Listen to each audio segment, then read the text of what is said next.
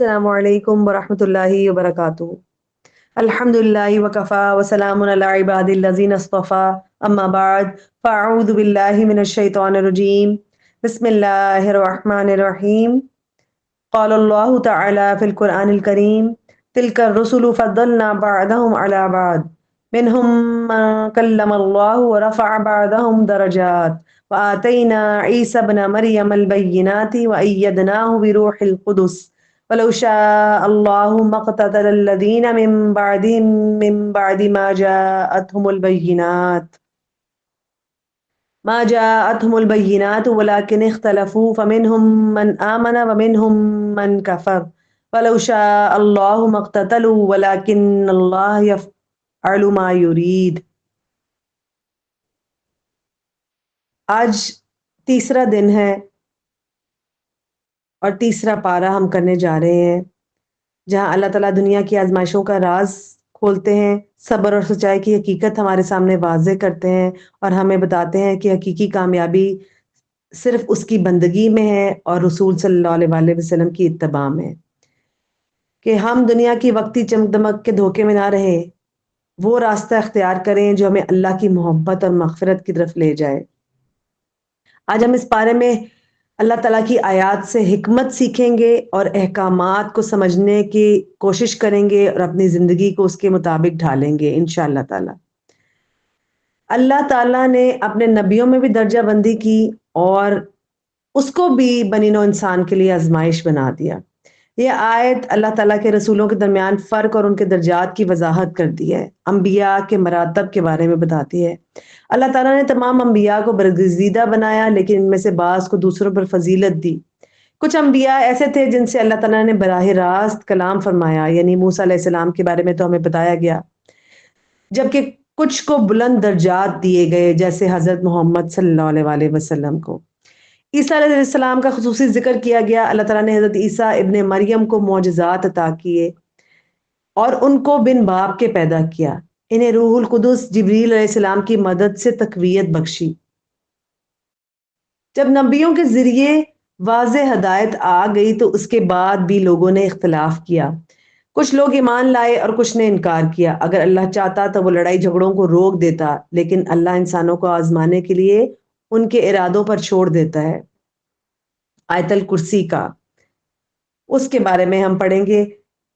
اللہ لا الہ الا هو الحی القیوم لا تأخذه سنة ولا نوم له ما في السماوات وما في الأرض من ذا الذي يشفع عنده إلا بإذنه يعلم ما بين أيديهم وما خلفهم ولا يحيطون بشيء من علمه إلا بما شاء وسع كرسيه السماوات والأرض ولا يؤوده حفظهما وهو العلي العظيم۔ یہ آیت اللہ کی قدرت، علم اور بادشاہت کا بیان ہے۔ یہ قرآن کی سب سے عظیم آیت ہے جس میں اللہ تعالیٰ کی وحدانیت، قدرت اور علم کامل کو بیان کیا گیا۔ اللہ کے سوا کوئی معبود نہیں، وہ ہمیشہ زندہ رہنے والا اور تمام کائنات کو سنبھالنے والا ہے۔ اس پر نیند اور اونگ طاری نہیں ہوتی، یعنی وہ ہر لمحہ اپنی مخلوقات کی نگرانی کرتا ہے۔ جو کچھ آسمانوں اور زمین میں ہے سب اللہ کی ملکیت میں ہے، کوئی بھی اس کی اجازت کے بغیر کسی کی شفاعت یا سفارش نہیں کر سکتا۔ وہ ہر چیز کو جانتا ہے، ماضی، حال اور مستقبل سب اسی کے علم میں ہے۔ مخلوقات کو اسی قدر علم ملتا ہے جتنا اللہ تعالیٰ چاہتے ہیں، اس کے علاوہ نہیں مل سکتا۔ اللہ ہر لمحہ اپنی مخلوقات کا خیال رکھتا ہے اور اسے کسی کی مدد کی ضرورت نہیں۔ اللہ کی حکمت اور علم کامل ہے، ہمیں اسی پر بھروسہ کرنا چاہیے۔ آیت الکرسی کی تلاوت حفاظت اور برکت کا ذریعہ ہے، اسے روزانہ پڑھنا چاہیے، صبح و شام کی دعاؤں میں اس کو شامل کریں اور رات کو سونے سے پہلے ضرور پڑھیں، کیونکہ ایک فرشتہ ہماری حفاظت کے لیے مقرر کر دیا جاتا ہے۔ آیت نمبر 256، لا اکراہ فی الدین قد تبین الرشد من الغی فمن یکفر بالطاغوت ویؤمن باللہ فقد استمسک بالعروۃ الوثقی لا انفصام لها واللہ سمیع علیم۔ ہدایت اور گمراہی کا واضح فرق کرتی ہے یہ آیت اور بتاتی ہے کہ دین اسلام میں کوئی جبر نہیں ہے۔ اسلام کی بنیادی تعلیمات میں سے ایک اہم اصول بیان کرتی ہے کہ دین زبردستی کا قائل نہیں ہے۔ اسلام قبول کرنے کے لیے کسی پر زبردستی نہیں کی جا سکتی، کیونکہ ہدایت اور گمراہی میں واضح فرق موجود ہے۔ ہر انسان کو شعوری طور پر فیصلہ کرنے کا اختیار دیا گیا کہ وہ سچائی کو قبول کرے یا نہ کرے۔ سورۃ البقرہ آیت نمبر 257 میں اللہ تعالیٰ فرما رہے ہیں، اللہ ولی الذین آمنوا یخرجوہم من الظلمات الی النور والذین کفروا اولیاءہم الطاغوت یخرجونہم من النور الی الظلمات اولئک اصحاب النار ہم فیہا خالدون۔ اللہ ایمان والوں کا ولی ہے جبکہ کافروں کے سرپرست طاغوت ہیں۔ یہ آیت مومن اور کافر کے درمیان بنیادی فرق کو واضح کرتی ہے اور اللہ کی ولایت یعنی سرپرستی پر زور دیتی ہے۔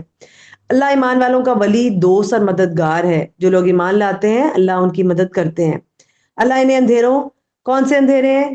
گمراہی کا اندھیرا، شک اور جہالت سے نکال کر روشنی، ہدایت، ایمان اور علم کی طرف لے آتا ہے۔ کافروں کے سرپرست طاغوت، طاغوت کیا؟ شیطان اور باطل قوتیں۔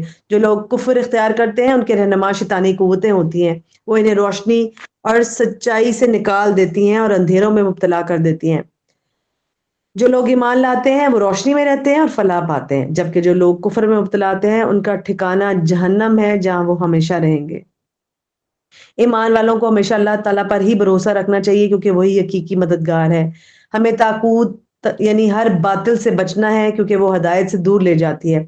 روشنی، ہدایت کا رستہ وہی لوگ پا سکتے ہیں جو اللہ کے قریب ہوتے ہیں اور ایمان کو مضبوطی سے تھامے رکھتے ہیں۔ ابراہیم علیہ السلام کا ذکر، انہوں نے اللہ تعالیٰ سے سوال کیا اور اللہ نے ان کو عملی مظاہرہ دکھایا اپنی قدرت کا۔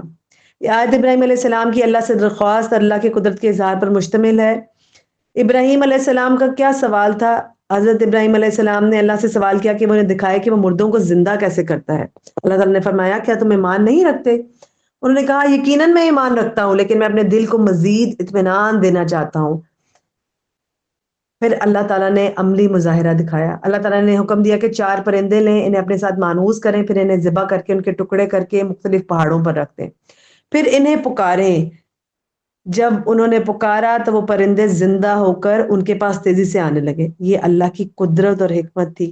انبیاء کو عین الیقین کرایا جاتا ہے، یقین کی آنکھ سے دکھایا جاتا ہے۔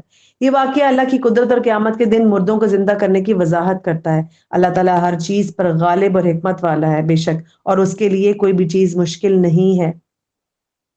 اللہ پر ایمان رکھنے کے باوجود انسان کا دل مزید اطمینان چاہتا ہے اور اللہ اپنے نیک بندوں کی تسلی کا انتظام بھی فرماتا ہے، جس طرح انہوں نے ابراہیم علیہ السلام کا فرمایا۔ اللہ تعالیٰ مردوں کو زندہ کرنے پر قادر ہے اور قیامت کے دن سب کو دوبارہ اٹھایا جائے گا۔ اللہ کی نشانیاں تدبر اور غور و فکر کے لیے ہیں۔ پورا قرآن ہمیں تدبر اور غور و فکر کی دعوت دیتا ہے تاکہ ہمارا ایمان مضبوط ہو۔ سورۃ البقرہ آیت نمبر 261، مثل الذین ينفقون اموالهم في سبيل الله كمثل حبة انبتت سبع سنابل في كل سنبلة 100 حبة والله يضاعف لمن يشاء والله واسع علیم۔ اس آیت میں ہمیں اللہ کی راہ میں خرچ کرنے کی فضیلت اور برکت کا پتہ لگتا ہے کہ کس قدر اللہ تعالیٰ برکت ڈال دیتے ہیں، اور اجر کی کثرت کا بیان ہے اس آیت کے اندر۔ اللہ تعالیٰ فرما رہے ہیں، جو لوگ اللہ کی راہ میں اپنا مال خرچ کرتے ہیں ان کی مثال ایک دانے کی طرح ہے جو زمین میں بویا جائے اور وہ 7 بالیاں پیدا کرے اور ہر بالی میں 100 دانے ہوں، یعنی ایک نیکی کا بدلہ 700 گنا یا اس سے بھی زیادہ بڑھا دیا جاتا ہے۔ اللہ کی رحمت اور انعامات، اللہ جسے چاہے اسے اور زیادہ بڑھا دے اور زیادہ اجر میں بڑھا دے، وہ بے حد عطا کرنے والا اور سب کچھ جاننے والا ہے۔ یعنی کیا ہے کہ اللہ کی راہ میں خرچ کرنا کبھی ضائع نہیں جاتا بلکہ کئی گنا بڑھا کر واپس ملتا ہے۔ اور آپ دیکھیں کہ دے بھی ہمیں اللہ تعالیٰ ہی رہے ہیں، اور اجر کس کا آ رہا ہے؟ پھر اجر ہمارے لیے۔ اللہ جسے چاہے مزید اجر عطا کر سکتا ہے، اس لیے ہمیں خلوص کے ساتھ صدقہ دینا چاہیے، پورے دل کی نیت اور اچھے والے ارادے کے ساتھ۔ صدقہ صرف محتاجوں کی مدد نہیں بلکہ اپنے مال کو برکت دینے اور آخرت میں کامیابی حاصل کرنے کا ذریعہ بھی ہے۔ آیت نمبر 262 میں اللہ تعالیٰ فرما رہے ہیں کہ صحیح طریقہ خرچ کرنے کا آخر ہے کیا؟ وہ لوگ جو اللہ کی راہ میں صدقہ و خیرات کرتے ہیں لیکن اس کے بعد کسی پر احسان جتاتے ہیں یا تکلیف پہنچاتے ہیں، تو کیا ہے کہ اللہ کو تو اخلاص کے ساتھ کی ہوئی نیکی مطلوب ہے۔ جو لوگ اللہ کی رضا کے لیے خرچ کرتے ہیں بعد میں اس پر احسان نہیں جتاتے اور نہ کسی کو تکلیف دیتے ہیں، ان کے لیے بڑا اجر ہے۔ اور احسان جتانے اور تانے دینے سے صدقے کا اجر ضائع ہو جاتا ہے، لیکن جو ایسا نہیں کرتے اور اللہ کے بتائے ہوئے رستے کے مطابق دیتے ہیں، ایسے نیک لوگوں کے لیے اللہ کے ہاں بڑا اجر محفوظ ہے۔ ان کے لیے نہ کوئی خوف ہوگا اور نہ وہ غمگین ہوں گے، یعنی دنیا اور آخرت دونوں میں کامیابی ان کو ملے گی۔ اور کیا پتہ لگتا ہے کہ اللہ کی راہ میں خرچ کرنے کے بعد کسی پر احسان نہیں جتانا، ورنہ اس کا ثواب ختم ہو جائے گا۔ اخلاص کے ساتھ دی گئی خیرات اللہ کے ہاں محفوظ ہوتی ہے اور اجر کئی گنا دیا جاتا ہے۔ صدقہ دینے والے کو چاہیے کہ عاجزی اور خیر خواہی کے ساتھ مدد کرے، نہ کہ غرور اور دکھاوے کے ساتھ، اور اپنی نیکی کے اوپر گھمنڈ نہ کرے ورنہ نیکی ضائع ہو جائے گی۔ آیت نمبر 265 میں اللہ تعالیٰ فرما رہے ہیں کہ اللہ کی رضا کے لیے خرچ کرنے والوں کی مثال کیسے بیان ہوئی ہے کہ خالص اللہ کی رضا اور اپنے ایمان کو مضبوطی کرنے کے لیے وہ خرچ کرتے ہیں۔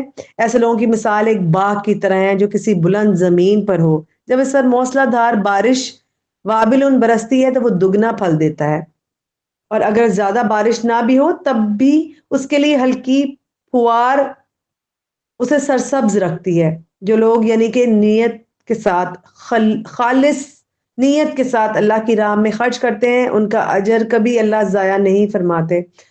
اب اللہ تعالیٰ اس آیت میں آیت نمبر 268 میں ہمارے ازلی ابدی دشمن کا ذکر کر رہے ہیں، جو چوکتا نہیں ہے، بھولتا نہیں ہے، اپنے کام سے پیچھے ہٹتا نہیں ہے، اور وہ ہے شیطان۔ اللہ تعالیٰ فرما رہے ہیں الشیطان یعدکم الفقر، شیطان تم سے وعدہ کرتا ہے فقر کا، وَيَأْمُرُكُمْ بِالْفَحْشَاءِ، اور حکم دیتا ہے فحاشی کا، واللہ یعدکم مغفرۃ منہ وفضلا، اور اللہ تعالیٰ وعدہ کر رہے ہیں مغفرت کا اور اپنے فضل کا، واللہ واسع علیم، اور اللہ تعالیٰ سب کچھ جاننے والے ہیں، وسیع علم والے۔ اور اب کیا ہے، شیطان کا خوف اور اللہ تعالیٰ کے وعدے کی وضاحت یہاں کی جا رہی ہے۔ دونوں میں واضح فرق ہے کہ شیطان جو ہے وسوسوں میں مبتلا کرتا ہے اور اللہ تعالیٰ سچے وعدے کرتا ہے۔ اب اس کی چالیں کیا ہیں کہ شیطان انسان کو غربت اور محتاجی کا خوف دلاتا ہے تاکہ وہ اللہ کی راہ میں خرچ کرنے سے رک جائے۔ وہ گناہوں اور بے حیائی فحش کاموں پر اکساتا رہتا ہے تاکہ انسان کا دل سخت ہو جائے اور وہ نیکیوں سے دور ہو جائے۔ اللہ تعالیٰ کیا وعدہ کر رہے ہیں کہ اللہ اپنے بندوں سے مغفرت، گناہوں کی معافی اور فضل یعنی رزق میں برکت اور زیادتی کا وعدہ کرتا ہے۔ اللہ کی راہ میں خرچ کرنے والے کو کبھی گھاٹا نہیں ہوتا بلکہ کئی گنا بڑھایا جاتا ہے۔ اللہ کی وسعت اور علم جو ہے وہ ہر چیز پر نظر آتی ہے ہمیں، وہ جانتا ہے کہ کون صدقہ و خیرات کرتا ہے اور کس نیت سے کرتا ہے۔ شیطان کے وسوسوں سے ہمیں بچنا ہے اور اللہ کے وعدوں پر یقین رکھنا ہے۔ اور ہم نے ابھی پڑھا کہ صدقہ و خیرات سے مال کم نہیں ہوتا بلکہ اللہ تعالیٰ اس کو بڑھاتے چلے جاتے ہیں کیونکہ یہ اللہ کی رضا اور برکت کا ذریعہ ہے۔ فحش اور برے کاموں سے بچنا ہے کیونکہ یہ شیطان کا راستہ ہے، کیونکہ وہ ہمیں نیکی اور اللہ کی راہ میں صدقہ کرنے سے روکتا ہے، اور یہی جو ہے وہ اللہ کو مطلوب ہیں، ان سے دور نہیں جانا، نیکی اور صدقہ کرتے چلے جانا ہے۔ آیت نمبر 270 اللہ تعالیٰ فرما رہے ہیں کہ اللہ تمہارے ہر خرچ اور نظر سے باخبر ہے۔ یہ آیت ہمیں بتاتی ہے، یقین دلاتی ہے کہ اللہ تعالیٰ ہر قسم کے صدقے، خرچ، نظر، منت سے واقف ہے اور اس کے مطابق بدلہ دے گا۔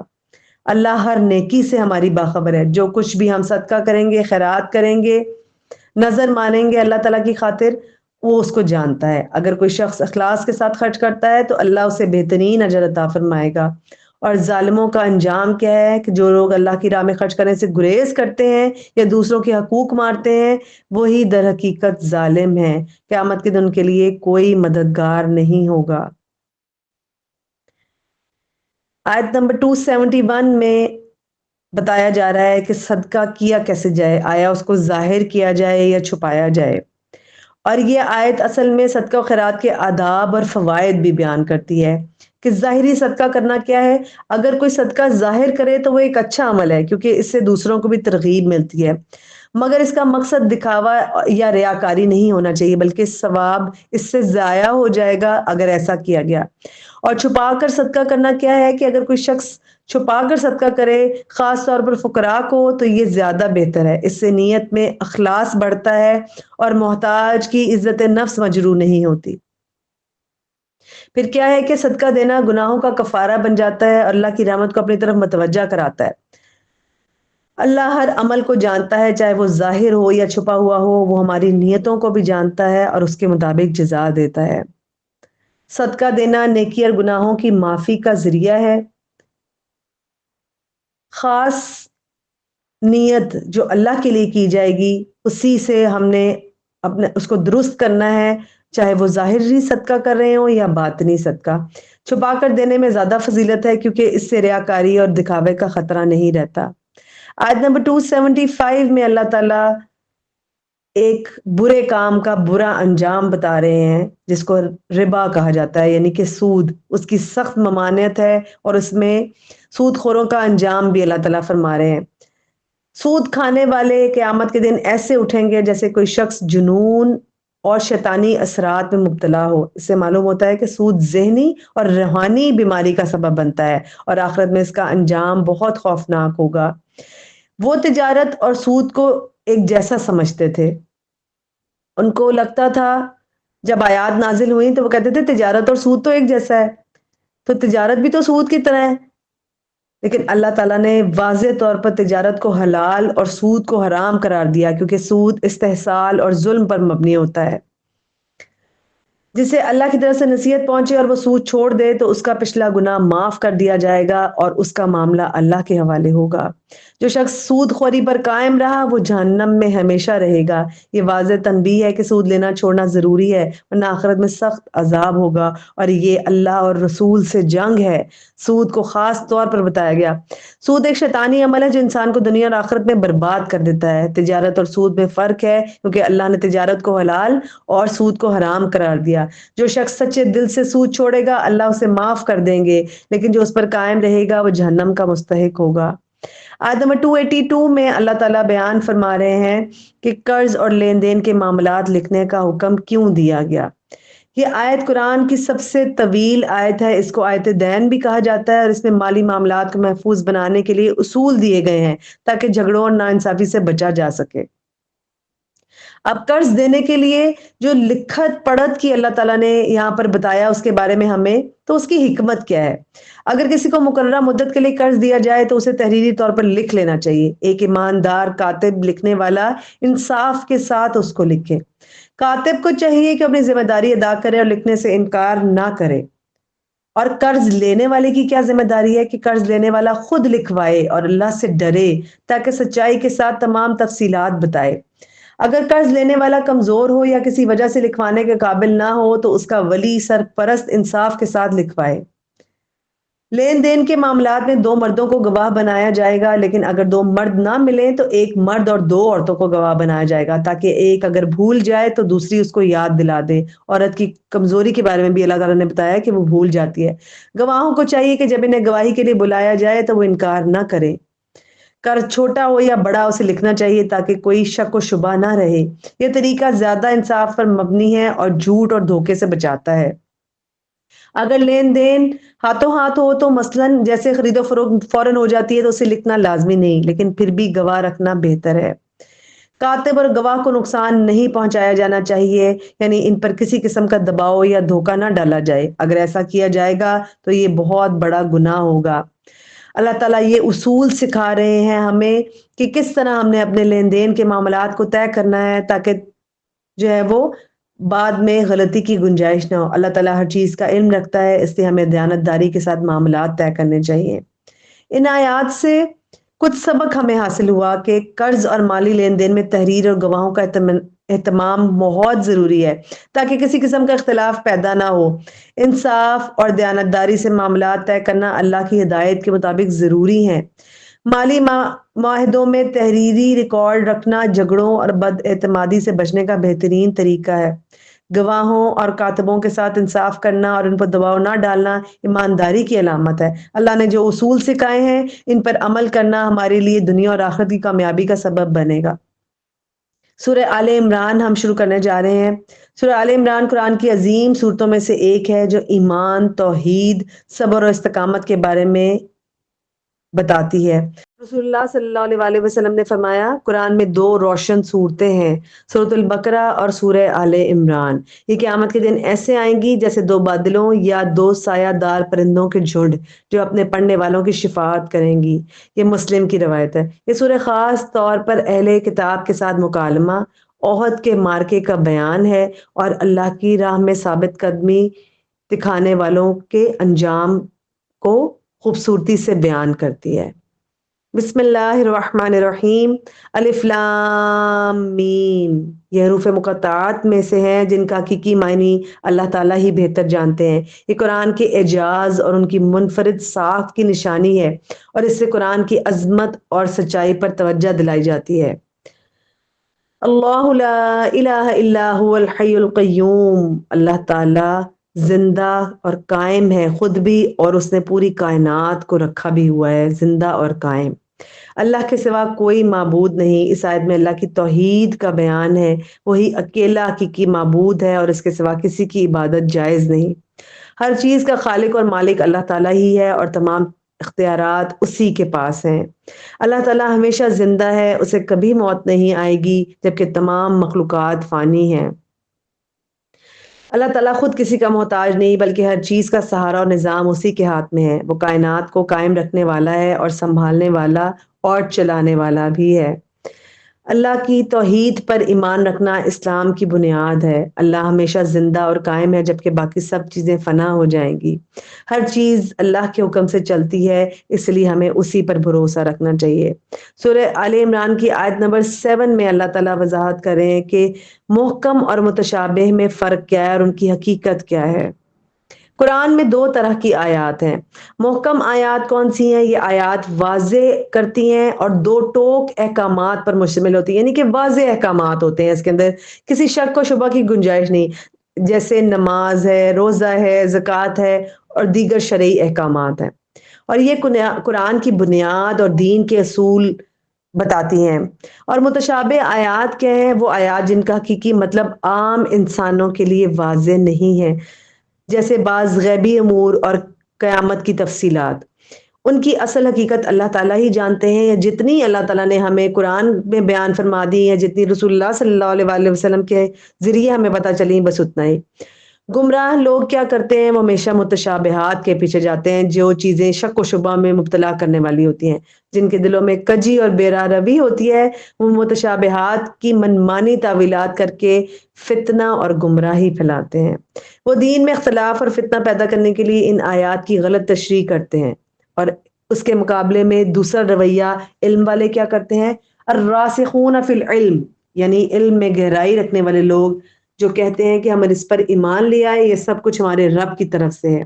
وہ محکم آیات کو مضبوطی سے تھامتے ہیں اور متشابہات جو ہوتی ہیں ان کو آیات کو اللہ کے سپرد کر دیتے ہیں۔ اب ان میں سے ہمارے لیے سبق کیا نکلتا ہے؟ کہ قرآن کی محکم آیات پر عمل کرنا ہی اصل ہدایت ہے۔ ہمیں انہی کو مان کر چلنا ہے۔ ہر صورت سمعنا و اطعنا، متشابہ آیات کے بارے میں غیر ضروری بحث سے ہمیں بچنا ہے۔ حقیقی علم والے لوگ ہمیشہ اللہ پر ایمان رکھتے ہیں اور فتنوں سے دور رہتے ہیں۔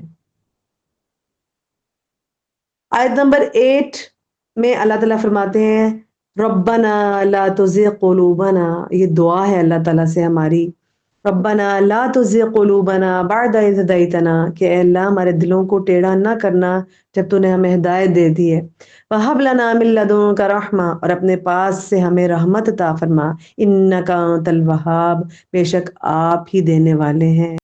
آیت نمبر 14 میں اللہ تعالیٰ تمام دنیاوی نعمتوں کے بارے میں بیان کر کے کہہ رہے ہیں کہ میں اس کے ذریعے سے تمہیں آزماؤں گا۔ زُيِّنَ لِلنَّاسِ حُبُّ الشَّهَوَاتِ مِنَ النِّسَاءِ وَالْبَنِينَ وَالْقَنَاطِيرِ الْمُقَنطَرَةِ مِنَ الذَّهَبِ وَالْفِضَّةِ وَالْخَيْلِ الْمُسَوَّمَةِ وَالْأَنْعَامِ وَالْحَرْثِ ذَلِكَ مَتَاعُ الْحَيَاةِ الدُّنْيَا وَاللَّهُ عِندَهُ حُسْنُ الْمَآبِ۔ اب اس آیت میں دنیاوی خواہشات اور حقیقی کامیابی کے بارے میں بتایا گیا کہ دنیا کی محبت انسان کے دل میں رکھی گئی ہے۔ اللہ تعالیٰ نے انسان کی آزمائش کے لیے کچھ چیزوں کی محبت کو اس کے دل میں پیدا کیا، جیسے عورتیں، اولاد، سونا چاندی، مال و دولت، خوبصورت گھوڑے، کیونکہ اس زمانے میں طاقت تو وقار کی علامت انہی کو سمجھا جاتا تھا۔ مویشی جیسے گائے، بکریاں، اونٹ وغیرہ جو رزق کا ذریعہ تھی، کھیتیاں اور زراعت، یہ سب کچھ دنیاوی زندگی کی عارضی زینت قرار دیا اللہ تعالیٰ نے۔ متاع الحیات الدنیا، عارضی ہے۔ اللہ تعالیٰ فرماتے ہیں کہ یہ سب کچھ دنیاوی زندگی کے لیے، لیکن اصل اور بہترین انجام اللہ کے پاس ہے۔ یہ چیزیں آزمائش کے طور پر دی گئی ہیں کہ کون ان میں الجھ کر اللہ کو بھولتا ہے اور کون انہیں اللہ کی رضا کے مطابق استعمال کرتا ہے۔ دنیاوی چیزوں کی محبت فطری ہوتی ہے، لیکن انہیں دین سے زیادہ اہم نہیں بنانا۔ حقیقی کامیابی اللہ کے قریب ہونے میں ہے، نہ کہ صرف دنیاوی مال و دولت حاصل کرنے میں۔ اللہ کے دیے ہوئے مال و نعمت کو اس کی رضا کے مطابق استعمال کرنا چاہیے۔ یہ ہمیں باتیں اس آیت سے سبق سیکھنے کی ملتی ہیں۔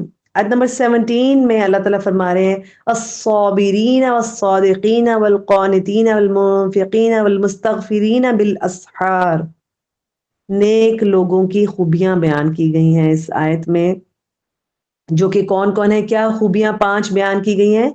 الصابرین، صبر کرنے والے، کب کب، مشکلات، آزمائشوں اور مصیبتوں میں اللہ پر بھروسہ کرنے والے، عبادات میں استقامت اور برائی سے بچنے میں صبر کرنے والے، سچ بولنے والے۔ الصادقین، ایمان، گفتار اور کردار میں سچائی پر قائم رہتے ہیں یہ لوگ، نفاق اور دھوکہ دہی سے پاک لوگ ہوتے ہیں یہ۔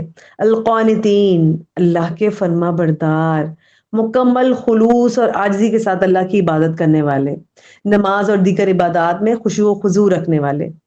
منفقین، اللہ کی راہ میں خرچ کرنے والے، زکوٰۃ، صدقات اور خیرات، ساری چیزوں سے اپنی دولت کو اللہ کی رضا کے لیے استعمال کرنے والے۔ اور آخر میں کیا ہے، المستغفرین بالاسحار، سحری کے وقت استغفار کرنے والے۔ ہمارے پاس بہت سنہری موقع ہے رمضان کا کہ ہم سحری کے وقت استغفار کریں۔ اللہ تعالیٰ نے خاص ان لوگوں کی خوبیاں قرآن میں بیان کر دی۔ سحری میں استغفار کرنا بہت بڑی خوبی ہے۔ رات کے آخری پہر میں اللہ سے معافی مانگنے والے، تہجد پڑھنے والے اور گناہوں کی مغفرت طلب کرنے والے۔ آیت نمبر 31 میں اللہ تعالیٰ فرماتے ہیں قُلْ إِن كُنتُمْ تُحِبُّونَ اللَّهَ فَاتَّبِعُونِي۔ رسول اللہ صلی اللہ علیہ وآلہ وسلم کے ذریعے کیا فرمایا جا رہا ہے کہ اگر تم محبت رکھتے ہو اللہ سے، فَاتَّبِعُونِی، تو میری پیروی کرو۔ يُحْبِبْكُمُ اللَّهُ، کیا کریں گے اللہ تعالیٰ، اللہ بھی محبت کریں گے تم سے۔ وَيَغْفِرْ لَكُمْ، اور بخش دیں گے تم کو، ذُنُوبَكُمْ، تمہارے گناہوں کو بخش دیا جائے گا۔ واللہ غفور الرحیم، اور اللہ تعالیٰ غفور الرحیم ہے، بہت معاف کرنے والے، بہت رحم کرنے والے۔ اب اللہ تعالیٰ کی محبت کا معیار اتباع رسول کو بنا دیا گیا، سچی محبت کا امتحان۔ کچھ لوگ دعویٰ کرتے ہیں کہ وہ اللہ سے بہت محبت کرتے ہیں، لیکن اللہ تعالیٰ نے اس محبت کا اصل معیار بتا دیا کہ اگر واقعی اللہ سے محبت کرتے ہو تو رسول اللہ صلی اللہ علیہ وآلہ وسلم کی اتباع کرنی پڑے گی۔ اور اس کے ذریعے اللہ تعالیٰ نے 2 بڑے انعامات بتا دیے۔ پہلا انعام کیا ہے، یحببکم اللہ، اللہ تم سے محبت کرنے لگ جائیں گے۔ اور دوسرا انعام کیا ہے، ویغفر لکم ذنوبکم، اللہ تعالیٰ تمہارے گناہوں کو بخش دیں گے۔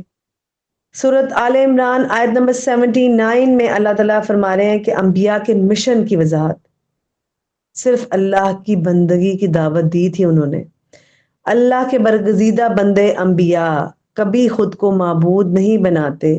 کوئی نبی یا عالم اللہ کی کتاب اور حکمت پانے کے بعد لوگوں کو کبھی اپنی عبادت کا حکم نہیں دیتا۔ ہم نے کیا کرنا ہے، سب سے پہلے تو خود کو یہ احساس دلانا ہے کہ دنیا کی محبت عارضی ہے، مگر اللہ کی محبت کیا ہے، سچی اور ہمیشہ باقی رہنے والی ہے۔ وہ ہمیں اندھیروں سے نکال کر یقیناً روشنی کی طرف لے کر جاتا ہے۔ اصل کامیابی مال و دولت میں نہیں ہے، بلکہ صبر، سچائی، عبادت اور اتباع رسول میں ہے۔ جو اللہ کی طرف رجوع کرے گا وہ یقیناً کامیاب ہوگا، اور جو اس سے منہ موڑے گا وہ ہمیشہ کے لیے خسارے میں رہے گا۔ قیامت کے دن کچھ ہمیں نہیں بچا سکے گا، کوئی سفارش قبول نہیں کی جائے گی، نہ کوئی فدیہ قبول کیا جائے گا، بلکہ نیک اعمال ہی ہمارے کام آئیں گے۔ اب فیصلہ ہمارے ہاتھ میں ہے کہ کیا ہم اللہ کی محبت اور مغفرت کے طلبگار ہیں، یا پھر ہم اس فانی دنیا کی چمک دمک کے پیچھے بھاگتے ہیں۔ اللہ تعالیٰ ہماری حفاظت فرمائے، اس دنیا کی چمک دمک سے بچائے، اور اللہ تعالیٰ ہمیں آخرت کی تیاری کی توفیق دے۔ آمین یا رب العالمین۔ وآخر دعوانا ان الحمد للہ رب العالمین۔ سبحانک اللہم وبحمدک، نشہد ان لا الہ الا انت، نستغفرک ونتوب الیک۔ السلام علیکم ورحمۃ اللہ وبرکاتہ۔